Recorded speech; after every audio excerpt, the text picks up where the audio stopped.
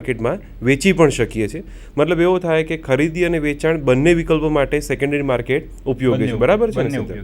એનું કારણ છે મેહુલભાઈ, વચ્ચે હું તમને કહું કે જે વ્યક્તિએ પબ્લિક ઇસ્યુ આવે એ વખતે પણ શેર પરચેસ કર્યા હતા, માનો કે 10 રૂપિયા, એક વર્ષ પછી એ કંપનીના શેરનો ભાવ થઈ ગયો 20 રૂપિયા. હવે એ જે ઇન્વેસ્ટર છે એ ઓછું રિસ્ક લઈ અને પોતાનો નફો સેવ કરી લેવા માગે છે, તો એ સંજોગોમાં એને પોતાના શેર્સ વેચવા પડશે. એટલે સેકન્ડરી માર્કેટ બંને ઇન્વેસ્ટર્સ માટે ઓપન છે. જે ઇન્વેસ્ટર્સે ઇનિશિયલ પબ્લિક ઓફરમાંથી શેર લીધા હતા એ પણ એમાં સેલ કરી શકે છે, અને જે ઇન્વેસ્ટરે પાછળથી પરચેસ કર્યા છે એ પણ પોતાના શેર્સ એની અંદર સેલ કરી શકે છે. એટલે બંને માટે સેલ કરવા માટે સેકન્ડરી માર્કેટ એ અત્યારનો સેકન્ડ ઓપ્શન છે. મિત્રો, આ સાથે બીજી એક જાણકારી પણ ઉમેરી દઉં. ભારતના મુખ્ય 2 સ્ટોક એક્સચેન્જીસ છે, નેશનલ સ્ટોક એક્સચેન્જ અને Mumbai stock exchange. Mumbai stock exchange 1856થી કાર્યરત છે, જેનું ઓરિજિનલ નામ હતું મુંબઈ સ્ટોક બ્રોકર્સ એસોસિએશન. આ ઉપરાંત અત્યારે હાલ ભારતમાં કુલ 23 જેટલા સ્ટોક એક્સચેન્જીસ છે, જેમાં પૂના, કલકત્તા અને ઇવન જો આપણે ગુજરાતની વાત કરીએ તો ગુજરાતમાં અમદાવાદમાં પણ નજીક અમદાવાદ સ્ટોક એક્સચેન્જ પાંજરાપોળ વિસ્તાર પાસે આવેલું છે. સાહેબે સેકન્ડરી માર્કેટની ઘણી સારી માહિતી આપી, પણ આ સાથે આપણે એ પણ જાણવું જોઈએ કે સેકન્ડરી માર્કેટ કઈ રીતે કામ કરે છે, અથવા તો મૂળભૂત રીતે એના લક્ષણો કયા છે, એમાં કઈ કઈ કાર્યવાહી થતી હોય છે, એના વિશે આપણે થોડું જાણીએ. ઓકે, સેકન્ડરી માર્કેટના જે લક્ષણોની વાત કરીએ તો આપણે પહેલાં એના લક્ષણો વિશે થોડી ચર્ચા કરી લઈએ. સેકન્ડરી માર્કેટનું પહેલું લક્ષણ છે ઇટ ક્રિએટ્સ લિક્વિડિટી. હવે મોટી વસ્તુ છે, લિક્વિડિટીનો મતલબ એ થાય કે આજે હું બિઝનેસ ચલાવતો હોઉં તો બિઝનેસની અંદર મારી જોડે પ્લાન્ટ, મશીનરી, બિલ્ડિંગ બધું જ છે, પણ રોજિંદા ખર્ચા ચૂકવવા માટે મારી જોડે રોકડ એટલે કે કેશ નથી.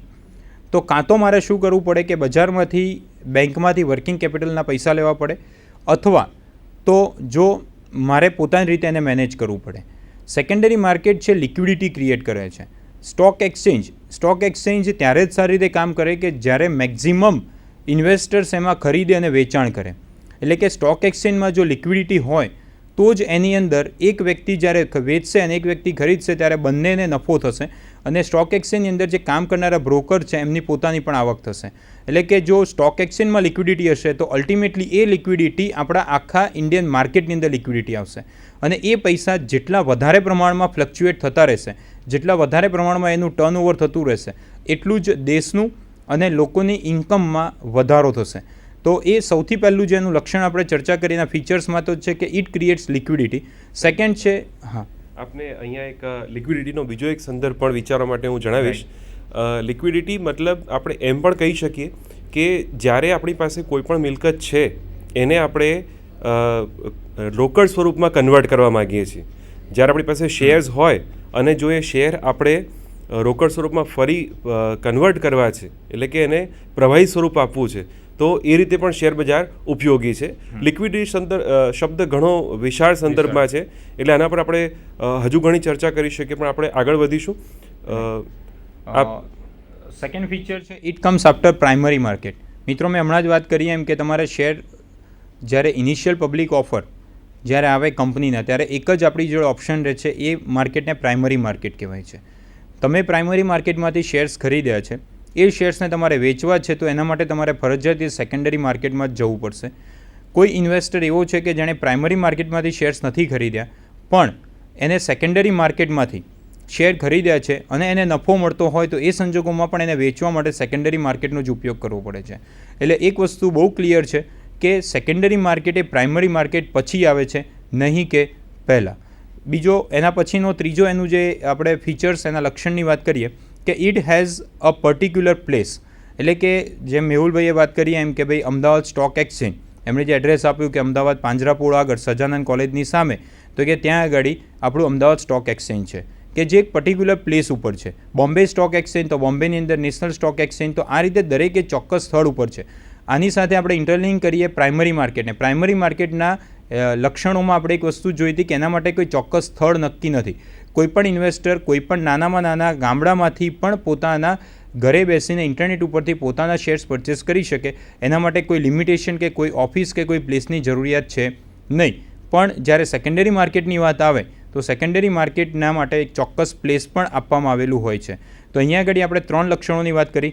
ચોથું છે ઇટ એન્કરેજ ન્યૂ ઇન્વેસ્ટર્સ. હવે આની અંદર છે બહુ સરસ વસ્તુ છે, નવા ઇન્વેસ્ટર્સ અને નવા ઇન્વેસ્ટમેન્ટ્સને જો તમારે માર્કેટમાં લાવવા હોય, આપણે સૌથી પહેલાં જ્યારે કેપિટલ માર્કેટ વિશે ચર્ચા કરી હતી ત્યારે ફિનાન્શિયલ ઇન્સ્ટ્રુમેન્ટ્સ વખતે જોયું કે સેવિંગ્સ અને ડેફિસિટ, મારી જોડે પૈસા છે પણ એ પૈસાનું જો હું બજારમાં રોટેશન ટર્નઓવર નહીં કરું તો એ સ્થગિત થયેલું પૈસા છે અને સ્થગિત થયેલા પૈસાથી આપણને વધારાના નાણાં જનરેટ થતા નથી. તો આ સમયે જ્યારે તમારે ફ્યુચરમાં કે નવા ઇન્વેસ્ટર્સને એટ્રેક્ટ કરવા છે તો સેકન્ડરી માર્કેટ જે એનો બેસ્ટ ઓપ્શન છે.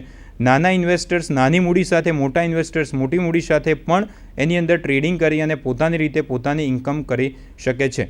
તો એ રીતે આપણે જોવા જઈએ તો સેકન્ડરી માર્કેટના જે અહીંયા ફીચર્સ છે, તો કે ભાઈ જે રીતે મેહુલ સરે હમણાં આપણને પૂછ્યું કે સેકન્ડરી માર્કેટના ફીચર્સ કયા કયા છે, તો એની અંદર ફીચર્સમાં આપણે વાત કરી પહેલાં તો કે ભાઈ ઇટ ક્રિએટ્સ લિક્વિડિટી, તો કે લિક્વિડિટી જનરેટ કરે છે બજારની અંદર, ઇન્વેસ્ટર્સની પણ લિક્વિડિટીમાં પણ બેનિફિટ થાય છે. એવી જ રીતે it comes after primary market, primary market પછી આવે છે. It has a particular place, જ્યારે પ્રાઇમરી માર્કેટને કોઈ ચોક્કસ સ્થળ નથી પણ અહીંયા આગળ સેકન્ડરી માર્કેટને એક ચોક્કસ સ્થળ છે. મિત્રો આની સાથે સાથે આપણે સેકન્ડરી માર્કેટ અને પ્રાઇમરી માર્કેટનો તફાવત પણ જોતા જઈએ છીએ. સેકન્ડરી માર્કેટની અંદર બીજી વસ્તુ it encourages the new investors, new ઇન્વેસ્ટમેન્ટને એન્કરેજ કરે છે. એટલે કે નવા પૈસા જેમની જોડે નાનું સેવિંગ્સ છે, સેવિંગ્સને એ સ્ટોક એક્સચેન્જમાં રોકાણ કરવા માટે આપણે એમને એટ્રેક્ટ કરી શકીએ છીએ. તો એ પણ આ સેકન્ડરી માર્કેટનું એક લક્ષણ છે. તો મેહુલભાઈ આપે જે પ્રશ્ન પૂછ્યો ખૂબ જ સરસ. હવે મને એક પ્રશ્ન વારંવાર થાય છે સાહેબ, આપે જે જણાવ્યું કે સ્ટોક માર્કેટમાં રોકાણ કરી શકાય, પ્રાઇમરી માર્કેટ, સ્ટોક માર્કેટ એટલે જ આમ તો આપણે સેકન્ડરી માર્કેટ કહેતા હોઈએ છીએ. રાઈટ. બંનેમાં રોકાણ કરી શકાય. પણ મેં અનેક વાર જોયું છે કે રોકાણકારો હંમેશા રોકાણ કરતાં અચકાતા હોય છે. એટલે સુધી કહી શકાય કે જો 10માંથી 2 પૂછવામાં આવે 10 વ્યક્તિઓને કે આપ રોકાણ કરશો કે નહીં કરો, તો કદાચ 10માંથી 2 કે 3 વ્યક્તિઓ જેમ કહેતા હોય છે કે અમે રોકાણ કરીશું. શા માટે રોકાણ કરવું માનતા હોય છે કે મૂડી બજારમાં રોકાણ કરવું એ જોખમી છે? મેહુલભાઈ ખૂબ સરસ પ્રશ્ન. આમ આગળની ચર્ચા ઉપરથી લગભગ દરેકને એવું થાય કે ભાઈ સ્ટોક એક્સચેન્જ અને સેકન્ડરી માર્કેટ, પ્રાઇમરી માર્કેટમાં પૈસાનું ઇન્વેસ્ટમેન્ટ કરી આપણે ખૂબ જ પૈસા કમાઈ લઈએ. પણ એક આ સનાતન સત્ય અને ખૂબ જ એવી જટિલ વસ્તુ એવી છે કે સ્ટોક એક્સચેન્જની અંદર રિટર્ન છે, એની સામે રિસ્ક પણ છે. ફાઇનાન્સનો એક બહુ સીધો કોન્સેપ્ટ છે, હાઈ રિટર્ન હાઈ રિસ્ક. અહીંયા આગળ તમે જેટલું વધારે રિટર્ન મેળવવા માગશો એટલું રિસ્ક ફેક્ટર પણ વધારે રહેશે. કારણ કે અત્યારે એવું છે કે સ્ટોક એક્સચેન્જ એ તમારું એક મર્યાદિત નથી રહ્યું. હવે એની ઉપર સ્ટોક માર્કેટ ઉપર આખા વર્લ્ડની નાની મોટી ફ્લક્ચ્યુએશનની ઇફેક્ટ થતી હોય છે. આમાં જે તમે વાત કરી મેહુલભાઈ કે ભાઈ જે ઇન્વેસ્ટર્સ છે એ ઇન્વેસ્ટ કરતા હોય છે ત્યારે એમને નુકસાન થતું હોય છે. સીધી વસ્તુ છે કે જો તમે ઇન્વેસ્ટમેન્ટ કરવા માગતા હોય તો તમારે એનાલિટિકલ બનવું પડે. આજે હું તમને કહું કે ભાઈ રિલાયન્સ કંપનીના શેર્સ આવતીકાલે વધી અને સીધો 20% વધારો થવાનો છે, તમે પરચેસ કરી લો. તમે મારી વાત ઉપર વિશ્વાસ મૂકી અને કાલે ખરીદી લીધા. પણ મેં તમને જે જવાબ આપ્યો છે, મેં તમને જે પ્રશ્ન કર્યો કે ભાઈ કાલે વધશે, તમે પરચેસ કરી લો, તમે પૂછ્યા વગર ખરીદી લીધા, તો સ્વાભાવિક છે કે તમને એમાં નુકસાન થવાનું જ છે. કારણ કે મેં જે કર્યું છે પ્રિડિક્શન છે અને આ બધું ફ્યુચર સ્ટોક માર્કેટ છે ટોટલી પ્રિડિક્શન ઉપર આધારિત છે. તમારું જેટલું એનાલિટિકલ માઇન્ડ, તમે એનાલિસિસ જેટલું સરસ રીતે કરી શકશો કંપનીનું, એટલું સારી રીતે તમે એમાંથી નફો મેળવી શકશો. નહીં તો એમાં રિસ્ક એ મેક્ઝિમમ રહે છે. અહીંયા એનાલિસિસ એટલે શેની વાત છે? કંપનીના ફ્યુચર્સ, કંપનીની જે એન્યુઅલ રિપોર્ટ છે, બેલેન્સ શીટ છે, એની ઉપરથી તમારે એનું એનાલિસિસ કરવું પડે કે ભાઈ કંપની ભવિષ્યમાં એની ફ્યુચર પ્લાન શું છે, કંપની ભવિષ્યમાં કઈ રીતના નવા પ્રોજેક્ટ્સ મૂકવાની છે, કંપની કયું ડિવિડન્ડ આપતી હોય છે. આ બધી વસ્તુઓ પણ તમારા શેર્સના ભાવ ઉપર અસર કરતી હોય છે. એટલે સ્ટોક માર્કેટ એ 100% રિસ્ક ફેક્ટર સાથે જ ચાલે છે અને એટલા માટે જ આજે એની અંદર દરેક ઇન્વેસ્ટર્સ પોતાના પૈસા ઇન્વેસ્ટ કરતા નથી. કારણ કે એક વખત ઇન્વેસ્ટ કર્યા પછી એમાંથી રિટર્ન મળશે એ ચોક્કસ નથી. ફોર એક્ઝામ્પલ, મારી જોડે 1 લાખ રૂપિયા હું સ્ટોક એક્સચેન્જમાં રોકું અને એ જ 1 લાખ રૂપિયા જો હું બેંકમાં ફિક્સ ડિપોઝિટ કરું તો ફિક્સ ડિપોઝિટમાં મૂકેલા પૈસા મારા સેફ છે. 1 લાખ રૂપિયાની સામે બેંક મને સપોઝ વધારેમાં વધારે 7% પણ જો મને વ્યાજ આપે તોય મને વાર્ષિક 7,000 રૂપિયા વ્યાજ મળવાનું છે. ત્યાં મારું ગેરંટીડ છે. અહીંયા આગળ હું સ્ટોક એક્સચેન્જમાં ₹1 લાખ ઇન્વેસ્ટ કરીશ તો ₹1 લાખના 2 લાખ પણ થશે અને ₹1 લાખના 50,000 પણ થઈ શકે છે. એટલા માટે રિસ્ક ફેક્ટર તો મેહુલભાઈ આમાં રહેવાનું જ.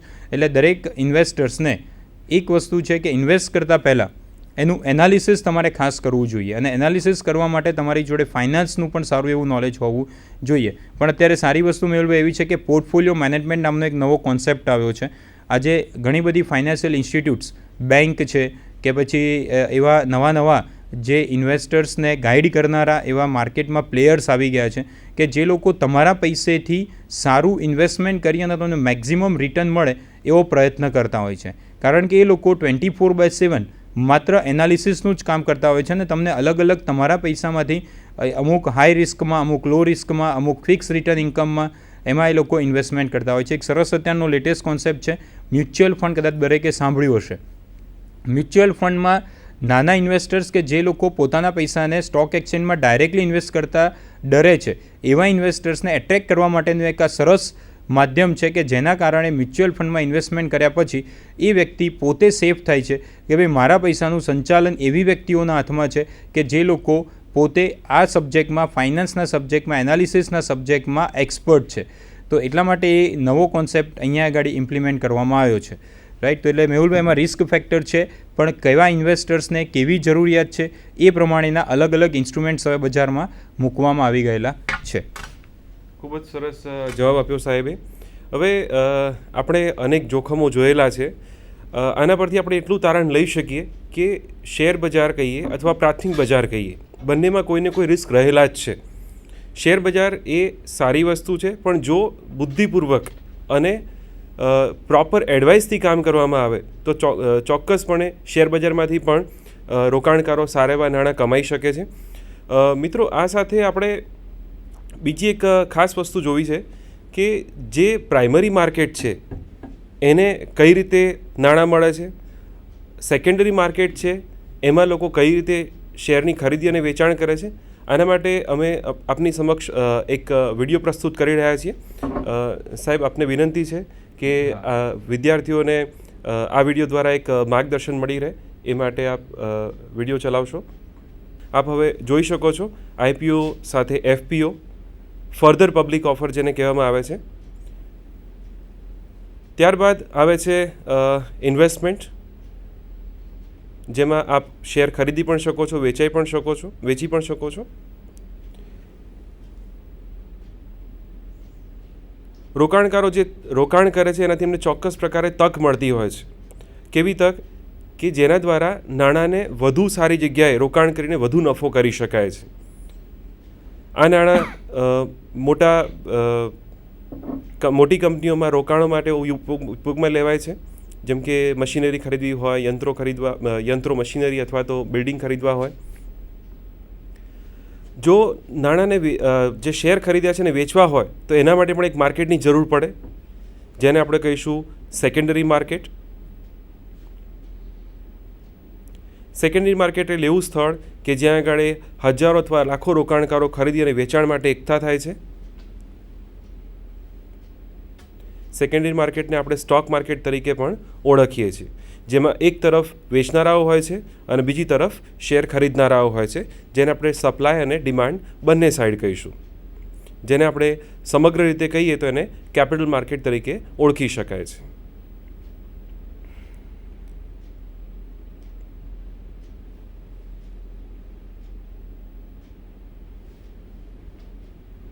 સિદ્ધાર્થભાઈ સાહેબ, આજે આપણે ખૂબ જ સરસ માહિતી આપી વિદ્યાર્થીઓને પ્રાઇમરી માર્કેટ અને સેકન્ડરી માર્કેટ વિશે.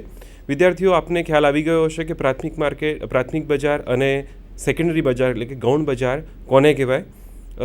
આપને એના વિશે સંપૂર્ણ માર્ગદર્શન સિદ્ધાર્થભાઈ આપ્યો, એ બદલ આપણે સિદ્ધાર્થભાઈનો આભાર માનીએ છીએ. આભાર સાહેબ. નમસ્કાર.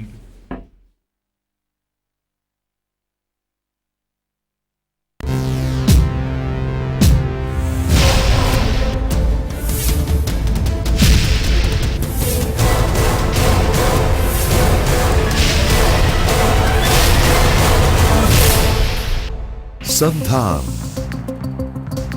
All Gujarat Integrated Classroom. સેટેલાઇટના માધ્યમથી જોડતી કડી એટલે સંધાન.